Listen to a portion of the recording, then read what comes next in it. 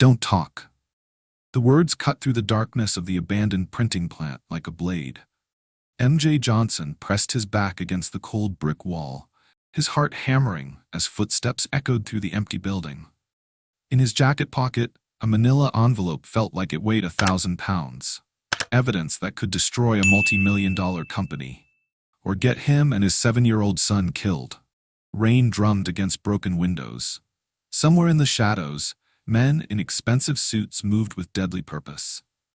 And MJ, a warehouse worker who'd never owned anything more valuable than his son's trust, held the key to exposing a conspiracy that reached into the highest levels of corporate America. But this wasn't just about money. This was about stolen dreams, robbed futures, and a betrayal so deep it would shake an entire community to its core. How did a single father from the streets end up risking everything to save a CEO he'd never met? And what was in that envelope that powerful men would kill to keep secret?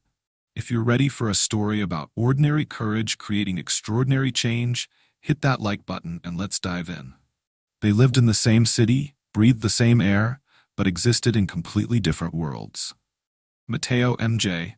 Johnson knew the rhythm of survival like a song he'd been humming his whole life. Every morning at 5:45, he'd kiss his son Theo's sleeping forehead before heading to his warehouse job, the kind of work that paid just enough to keep the lights on and food in the refrigerator. His hands, calloused from years of loading trucks and moving boxes, told the story of a man who'd never asked for handouts, only honest work. Their row house in the Halcyon neighborhood wasn't much: peeling paint, squeaky floorboards, a furnace that wheezed through winter nights. But those walls held everything that mattered. Theo's artwork covering the refrigerator, homework spread across a kitchen table that wobbled, and the kind of love that doesn't need expensive things to feel rich. MJ's world was measured in small victories: making rent on time, Theo's A on a math test. The moment when his son's face lit up during bedtime stories about brave knights and magical kingdoms. While MJ heated leftover mac and cheese on a hot plate, Andre Walker sat in boardrooms worth more than MJ's entire neighborhood. Andre Walker was Camden Tech's CEO, and at 38, he carried the weight of representation like a crown he'd never asked to wear. In business magazines, he was the rare black face in the tech executive suite. At community events, he was proof that kids from the projects could make it. But behind closed doors, in the quiet moments between meetings, he was just a man trying to balance profit margins with the promise he'd made to give back. Camden Tech wasn't just another company. Under Andre's leadership, it had become a bridge between the corporate world and forgotten communities. Their software powered city transit systems, their apps connected families to health services, and their scholarship program had sent dozens of kids from neighborhoods like Halcyon to college. Andre remembered being one of those kids, brilliant but broke, full of dreams but short on opportunity. That's why every scholarship check he signed felt personal.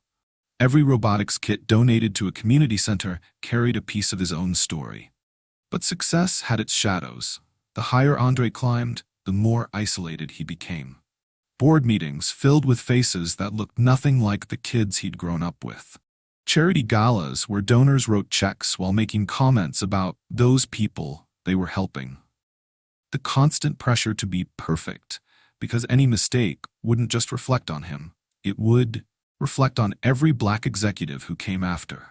2 men, 2 worlds. One would call the other at 1:30 in the morning with a plea that would change everything.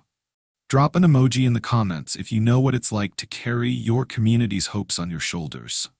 MJ was finishing his second cup of coffee when the phone buzzed. His warehouse shift had ended at midnight, but sleep came hard when your mind was calculating grocery money and next month's rent. He answered because he always answered. That was the rule he'd learned the night Theo's fever spiked and he'd needed to find an emergency clinic at 2 a.m. The voice on the other end was tight with panic. "Mateo? It's Andre Walker." For a second, MJ didn't place the name. Then it clicked. The CEO he'd seen on the news, the man who'd visited Theo's school for a community program, the face on the billboards advertising Camden Tech's youth initiatives. "I can't talk long. I need you to come to the corner of 7th and Halcyon. Bring 2 duffel bags. Don't make any calls. Don't tell anyone. And when you get there, Andre's voice cracked. Don't talk. Just do what I say. Who's this again? MJ kept his voice steady. Middle of the night calls from strangers rarely brought good news. It's Andre. Please. I'm at the old printing plant behind Halcyon. There's someone here. They're watching. If you come, don't talk. Don't. The line went dead. MJ stared at his phone, finger hovering over the callback button. He had a dozen reasons to ignore this. Theo was sleeping upstairs. Bills were due. Getting involved in other people's problems was a luxury he couldn't afford. But memory is a stubborn thing. It pushed him to recall Andre's visit to the community center. The way he'd knelt down to talk to kids at their eye level, the genuine joy in his voice when he told them, "Someone from your block can run a company someday." The way Theo had come home that day, talking about coding and robotics and futures that suddenly seemed possible. Andre Walker had given his son hope. That was worth something. MJ grabbed his jacket and the 2 duffel bags he used for weekend trips to the laundromat. Outside, October rain turned the streets into mirrors, reflecting streetlights like scattered diamonds. The printing plant squatted in the industrial district, a brick monument to jobs that had left decades ago. As he crossed the street, MJ spotted them. 2 cars with tinted windows parked at strategic angles, a figure in a long coat pacing under the building's eave. Professional, patient, dangerous. Something was very, very wrong. Inside, the plant smelled like old paper and machine oil, ghosts of the thousands of newspapers and flyers that had once rolled off these presses. Andre stood in a pool of yellow light, his usually immaculate suit wrinkled, his face haggard with the kind of exhaustion that comes from running on pure fear. "Thank God you came," Andre whispered, his voice echoing in the cavernous space. "What's this about?" MJ kept his voice low, eyes scanning the shadows. Andre reached into his jacket and pulled out a manila envelope, its edges worn from nervous handling. "I need you to take this out of the city. Drive north to Route 9, find a woman named Lila Harris at the farm. Don't read it. Don't stop for gas on the highway. Just get it there." "What's in it?" Andre's hands trembled. "Proof. Proof that someone in my company, someone high up, has been stealing from the very communities we're supposed to help." The words hit MJ like ice water. "Stealing how?" "Money laundering through a nonprofit called Bright Start Urban Initiative. We partner with them for community programs. On paper, they're helping kids funding after-school programs, providing scholarships. In reality..."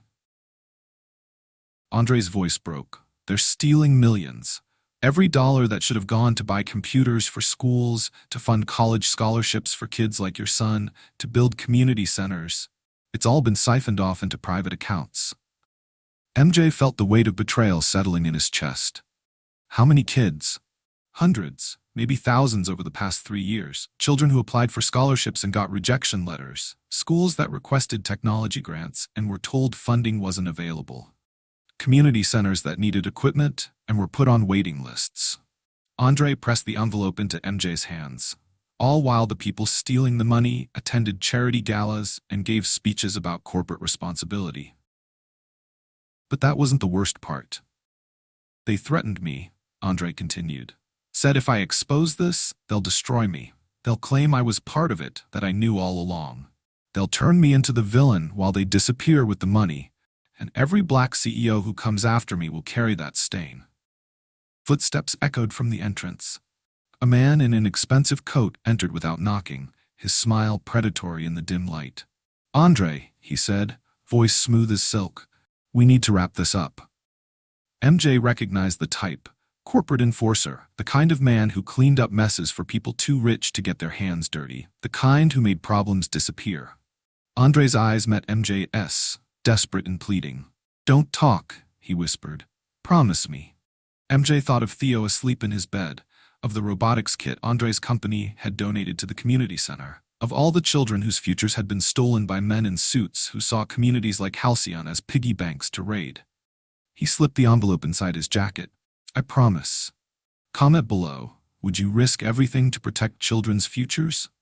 The drive north felt like steering through a nightmare. Rain hammered the windshield, and every pair of headlights in the rearview mirror looked like pursuit.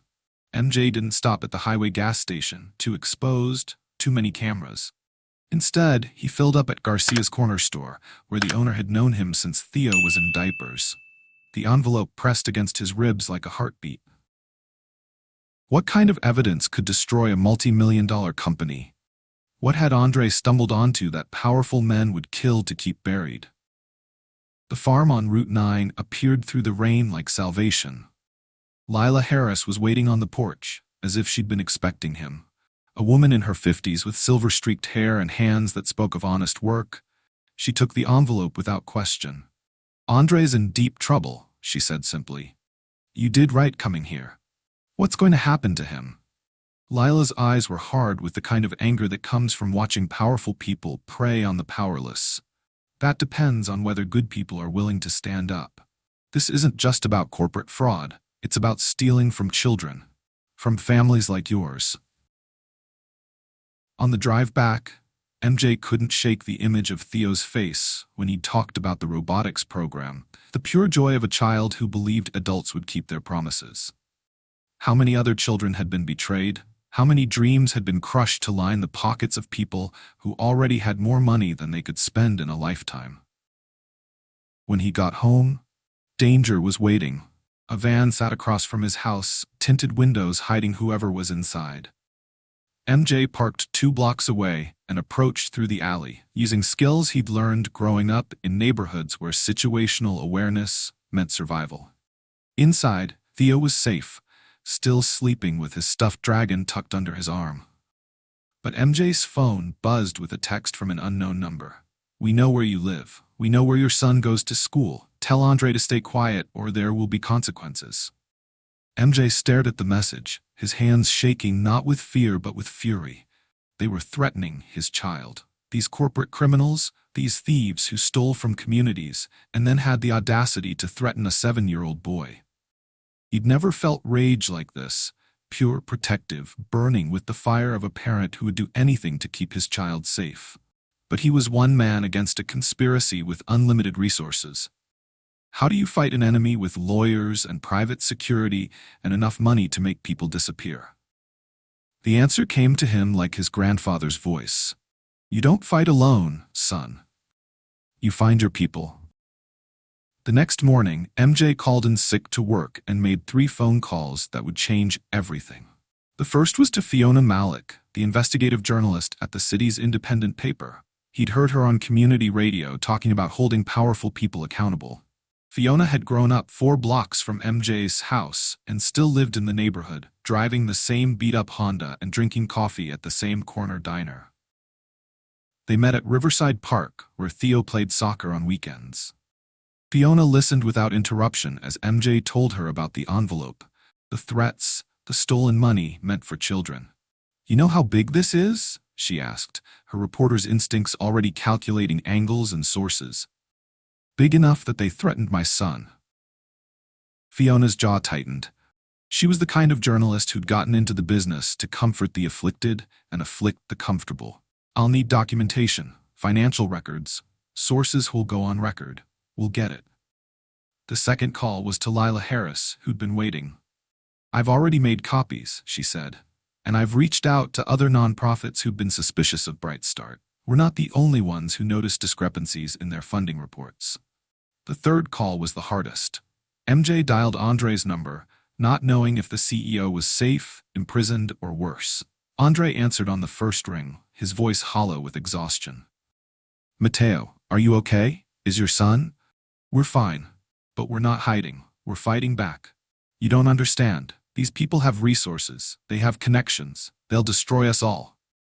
"Then let them try," MJ said, surprised by the steel in his own voice. "But if we've got proof, we can't hide it under our pillow and hope the bed doesn't catch fire." Over the next week, they built their case with the methodical patience of people who knew they'd only get one shot. Fiona followed the money trail, discovering shell companies layered within shell companies, bribes disguised as consulting fees, and transfers that led to accounts in tax havens. Lila coordinated with other nonprofit directors who'd been asking uncomfortable questions about Bright Start's sudden growth and secretive operations. Andre, risking everything, secretly recorded board meetings where executives discussed the scheme with chilling casualness. Their voices, captured on his phone, revealed men who saw communities like Halcyon not as neighborhoods full of families and dreams, but as resources to be exploited. But the breakthrough came from an unexpected source. Camden Tech's IT department ran routine server backups every month. Standard procedure for disaster recovery. One of those backups, scheduled automatically, included communications from the COO who'd orchestrated the money laundering. The backup was a digital cigarette butt left at the scene of the crime, containing months of messages that laid out the conspiracy in devastating detail. Financial projections that showed millions siphoned from community programs, email threads joking about urban renewal and cleaning up the neighborhood's balance sheets, calendar invitations for meetings with the language of conspiracy, discuss the Halcyon situation, and manage the scholarship problem. Most damning of all, a recorded phone conversation where the COO bragged about milking these bleeding heart programs for everything they're worth, while keeping the community leaders happy with just enough crumbs. When Fiona played the recording in her cramped newspaper office, MJ felt sick to his stomach. These weren't just criminals. They were predators who'd targeted the most vulnerable members of society and then mocked them behind closed doors. "We've got them," Fiona said quietly. "We've got them dead to rights. We've all seen powerful people escape consequences, but what happens when ordinary people refuse to stay silent?" Hit that subscribe button if you believe in the power of community. The story broke on a Tuesday morning with the force of a hurricane hitting shore. Stolen dreams. How corporate executives looted millions from children's programs dominated the front page of every newspaper in the city. By noon, the investigation had gone viral on social media. By evening, it was national news. Camden Tech's stock price plummeted. Protesters gathered outside Bright Start's offices. Parents whose children had been denied scholarships demanded answers. Community leaders who'd been told funding wasn't available realized they'd been lied to for years. The COO responsible for the scheme, a pale, sharp-featured man named Richard Cross, issued a statement through his lawyers denying all wrongdoing and threatening to sue anyone who defamed his character. But the evidence was overwhelming. Financial records, recorded conversations, email trails that connected Cross to shell companies and phantom accounts. The FBI launched an investigation. Congress announced hearings. The city's inspector general froze Bright Start's assets pending a full audit. That's when Cross decided to eliminate the problem at its source. The call came to Andre on a Friday evening, just as he was leaving Camden Tech's offices. The voice was calm, professional, deadly. "Meet me in the parking garage off Route 5. Come alone. Don't talk to anyone. And Mr. Walker, if you want your reputation to survive this, you'll sign the documents we prepared." Andre knew it was a trap, but he also knew that refusing would only escalate the danger. Cross and his associates were desperate men with unlimited resources and nothing left to lose. MJ found out about the meeting through a phone call that chilled his blood. "This is your last warning," a synthetic voice said through a voice modulator. "Tell your friend Andre to sign those papers and disappear. Keep your mouth shut, or your son will learn what happens to families who don't mind their own business." MJ hung up and stared at the phone, his hands trembling with rage. They were threatening Theo again. These corporate criminals, these thieves in $1,000 suits, thought they could terrorize a single father into silence. They were wrong. MJ called Andre immediately. "Don't go to that garage. It's a setup. I have to. If I don't, they'll destroy everything. They'll claim I was part of the scheme from the beginning. They'll turn me into the villain while they escape with the money." "Then you're not going alone." "Mateo, no. This is my fight." "Like hell it is. They threatened my son. They stole from our community. This is everyone's fight now." The parking garage squatted beneath a glass office tower like a concrete tomb. MJ arrived first, using skills he'd learned growing up in neighborhoods where survival meant knowing how to move through shadows. He positioned himself where he could watch the meeting but intervene if necessary. Andre arrived exactly on time, his usually confident stride replaced by the careful steps of a man walking into danger. 3 figures emerged from a black sedan, Cross and 2 men who looked like they'd been hired for their ability to make problems disappear. "The documents are simple," Cross said, his voice echoing in the cavernous space. A confession that you orchestrated the money laundering, an apology to the investors, and a resignation letter that takes full responsibility. I won't sign that.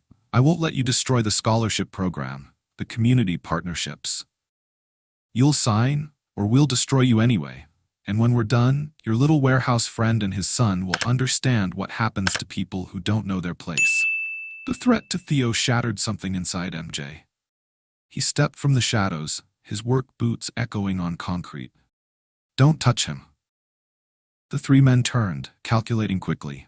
They saw a single father in work clothes, a man with calloused hands and steel in his voice. They saw someone they expected to intimidate. What they didn't see was the network of cameras Fiona had helped MJ install, streaming live to social media accounts with thousands of followers. They didn't know about the FBI agents positioned at the garage exits, alerted by Andre's legal team. They didn't understand that communities like Halcyon had learned to protect their own. "What's it to you?" Cross demanded. "He's a good man trying to help kids like my son. And you?" MJ stepped closer, unafraid. "You're a thief who got caught." The confrontation might have turned violent, but Cross's phone buzzed with alerts. Social media notifications, news updates, FBI raids happening simultaneously at Brightstart's offices, his home, and the shell company addresses. The live stream had 50,000 viewers and climbing.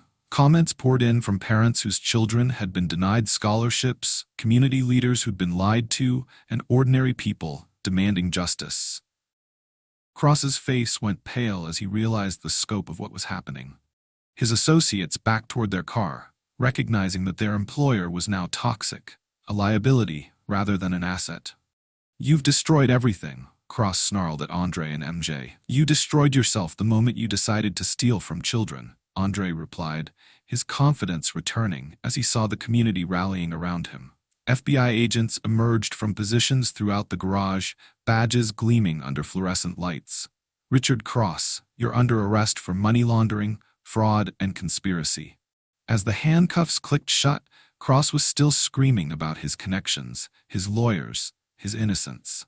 But the evidence was overwhelming, and the world was watching. The trials dominated headlines for months. Cross and 6 co-conspirators were sentenced to federal prison terms ranging from 5 to 15 years. Brightstart was dissolved, its assets seized and redirected to legitimate community programs. Camden Tech underwent a complete restructuring with independent oversight and community representation on its board. But the real victory wasn't in the courtroom. It was in the lives that were transformed. The stolen scholarship money was recovered and redistributed. Theo was among 200 children who received educational grants that had been denied for years. Community centers got the technology funding they'd been promised. After-school programs were fully funded for the first time in years. Andre remained as CEO, but with a fundamentally different approach. "This was never about one man's heroism," he said in a statement that refused to simplify the story. "This was about a community that refused to be silent when children's futures were at stake."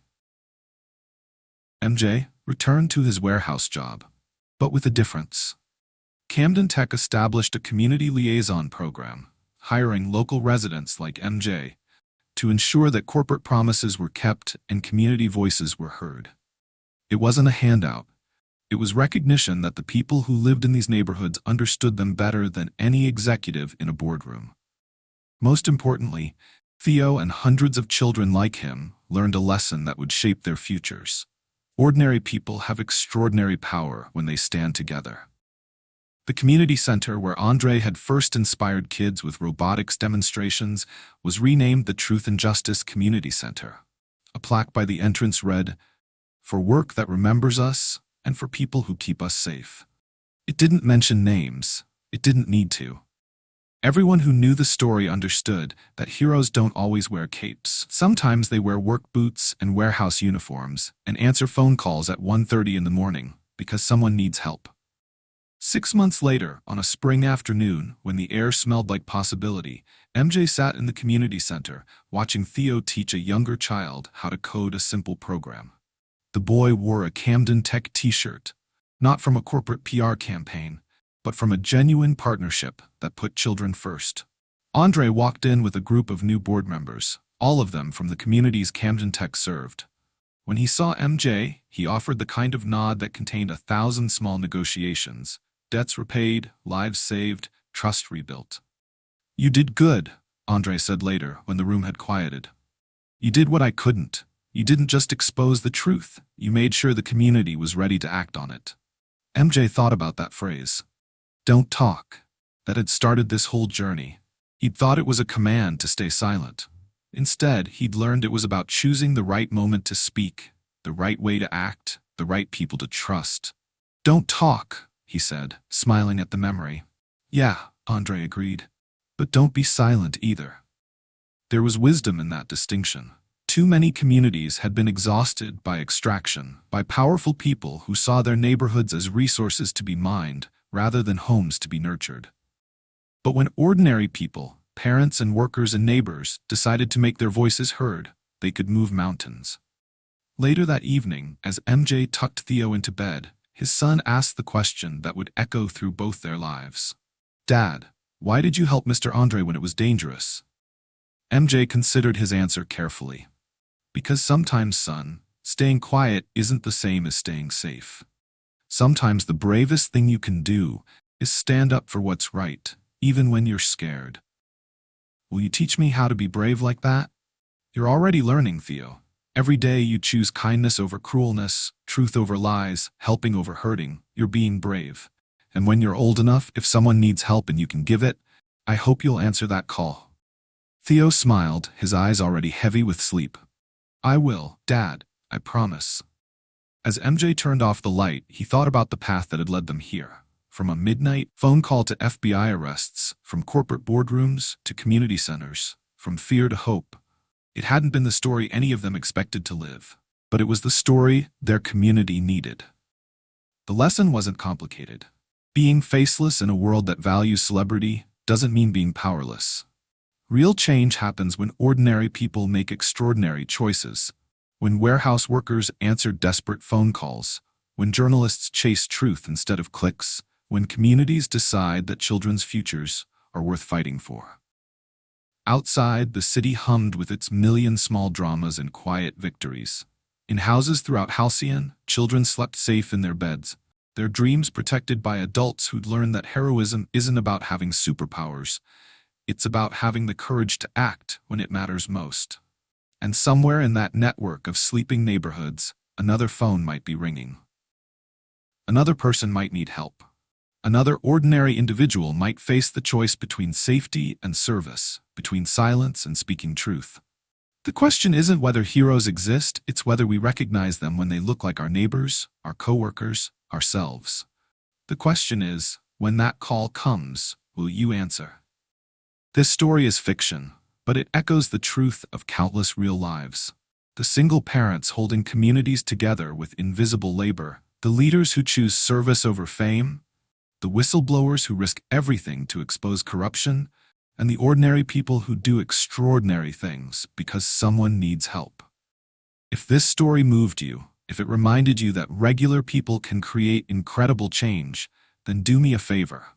Hit that like button if you believe in the power of community over corporate greed. Subscribe to Untold Triumphs if you want more stories about ordinary heroes doing extraordinary things. Comment below and tell me, what would you do if you discovered corruption in your community? Would you risk everything to protect children's futures? Have you ever had to choose between staying safe and doing what's right? And share this story, because in a world full of headlines about powerful people failing us, we need to remember that change starts with individuals who refuse to stay silent when silence means complicity. Remember, you don't need a cape to be a hero. You don't need wealth to have power. You don't need fame to make a difference. Sometimes all you need is the courage to answer the phone when someone needs help, the wisdom to know when silence protects and when it betrays, and the faith that ordinary people, working together, can move mountains. In the words of MJ, don't talk when talking puts people in danger, but don't be silent when silence lets injustice win. The choice, as always, is yours. Until next time, this is Untold Triumphs, reminding you that the greatest victories often begin with the smallest acts of courage.